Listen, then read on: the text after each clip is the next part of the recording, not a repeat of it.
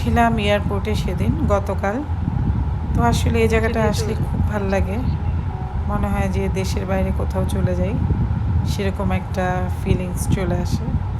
আর দেখলে ভালো লাগা কাজ করে।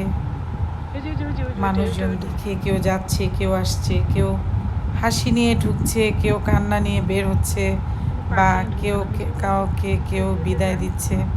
হাসি কান্নার এই জায়গাটা, কেউ আসছে তাদের মুখে হাসি, কাউকে বিদায় দিচ্ছে তার মুখে, তার চোখে মুখে হয়তো কান্না, তার চোখে কান্না। যাই হোক, এই জায়গাটা আসলে আমার খুব ভালো লাগে। তো গতকাল আমার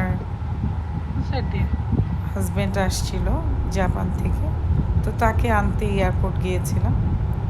তো আর এই জায়গাটা হচ্ছে এলিভেটর এক্সপ্রেসওয়ে।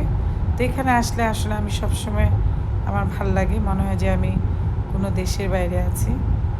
এখানকার পরিবেশ আর গতকালকে কেমন জানি যা সব জায়গাগুলো একটু ফগি ফগি লাগছিল।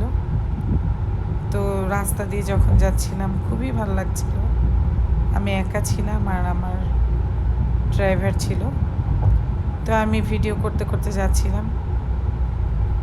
তো এই জায়গাটা আসলে আমার মনে হয় এত ভালো লাগে যে যতবার আসি, আমি প্রতিদিন আসলে প্রতিদিনই ভিডিও করি। আর এটা এই যে আমরা এখন র্যাডিসন ব্লু দিয়ে পার হব, এই যে র্যাডিসন ব্লু সামনে আসছে, সেই টালির লাল লাল, এই যেটা হচ্ছে র্যাডিসন ব্লু।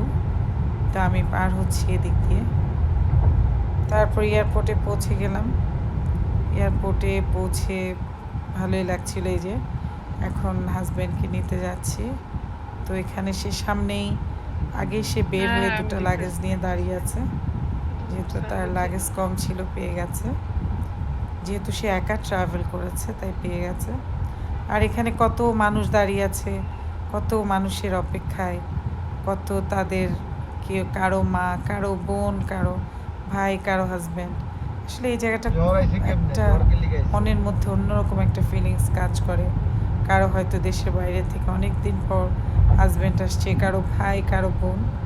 তো এই জায়গাটা আসলে অন্যরকম একটা ফিলিংস কাজ করে। তো সবাইকে আসসালামু আলাইকুম, শুভ সকাল, শুভ সন্ধ্যা বা শুভরাত্রি, যেটাই বলি সেটা। সবাই ভালো থাকবেন, নিরাপদ থাকবেন। চারদিকে এখন অনেক জ্বর হচ্ছে, সবাই একটু মাস্ক আমরা ইউজ করি, ব্যবহার করি। সবাইকে আসসালামু আলাইকুম দিয়ে শেষ করছি।